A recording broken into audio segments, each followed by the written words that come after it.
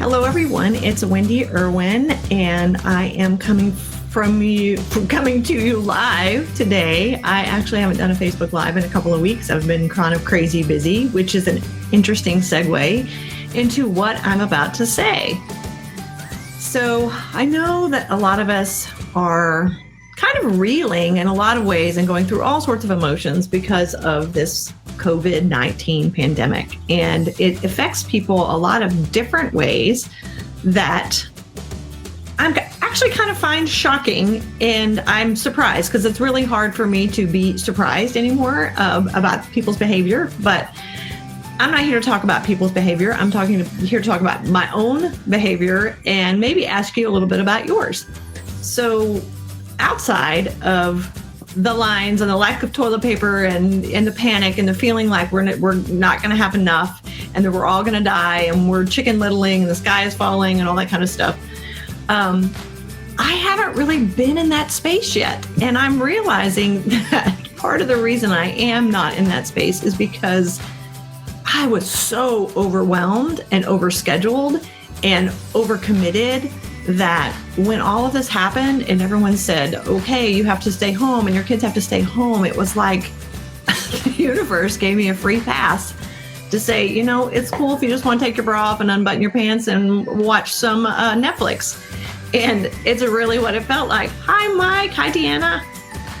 So I'm wondering if it's just me that I feel like we got a free pass to take a deep breath if that's what we choose to do. Hey, Michelle. A lot of people have some free time. I guess they're going to get and hop in on this Facebook Live because they have a little extra free time. So I'm going to be perfectly honest. I'm not making light of the severity of the coronavirus, but I have just really been stuck in this space about what this has given me, the opportunities it has given me. And I realized that I am relaxed. I don't feel like I have to go anywhere or do anything. I can guilt-free. Hi, Angela. Exactly, right? It's like the most freeing thing in the world.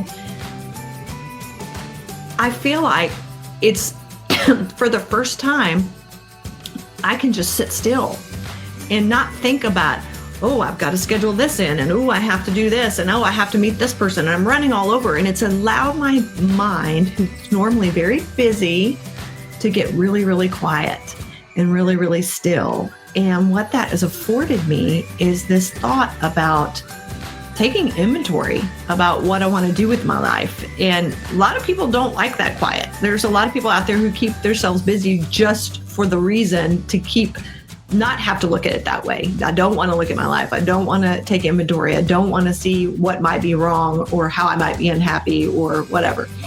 But I am really, really fascinated by this whole COVID-19, everybody, because it is a perfect metaphor for what I deal with my clients all the time.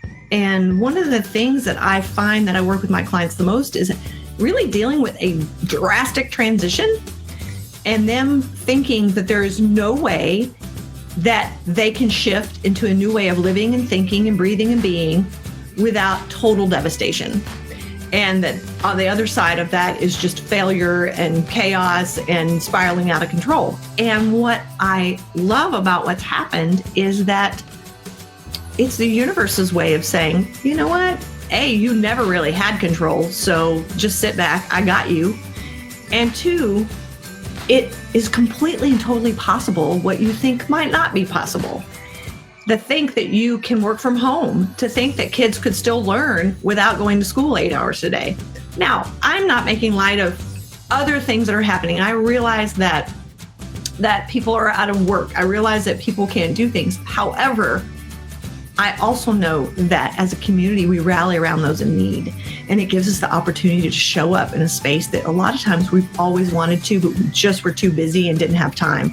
Well, what a fantastic opportunity to show up to your community who might be in need, whether it be older people or the service industry or people who are underemployed.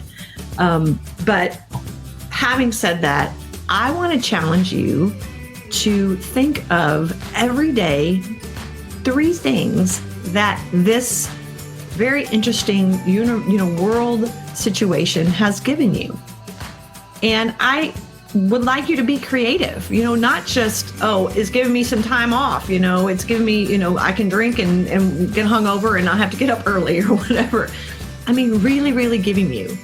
And I realized one of the things it's given me is some really, really precious time just for myself, which I don't take nearly enough, and to take inventory of what's really, really important and the priorities that are really important. Hey, Jason, how are you? Hi, Paige.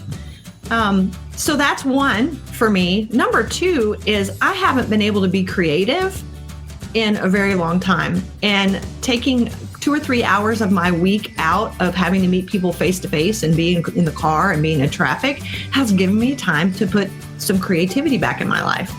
I have been cross-stitching and embroidering, and I'm also realizing that I'm getting blinder by the day, so I'm going to have to get some better readers. But that's another thing. So I would encourage you not only to do this every day, but do this before you even get dressed.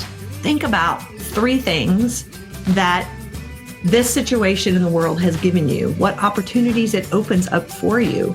Maybe it's giving you an opportunity to reevaluate the trajectory of your career or where you're going. It might give you an opportunity to sit down with your loved ones or your spouse or your kids and have a conversation that doesn't involve memes on your phone, which I have 2 teenagers, so that's a real coup if that happens.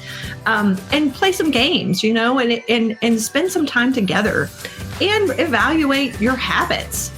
So for me, I realized that I rely heavily on restaurants when I feel like it, because there are days that I plan for a meal and then that day comes and I'm like, I just can't, right? I just can't dinner right now. And so it's given me an opportunity to be a little bit more intentional about planning and what that meal means for me. And that meal means for me that I sit around with my family and we talk about our day, we talk about interesting situations. So I just want to encourage everybody during this entire time to really think of the top 3 things in your life, even before you get in the shower or while you're in the shower, to think about what this situation has given you. Because it's really easy to focus on all the negative stuff that's happening.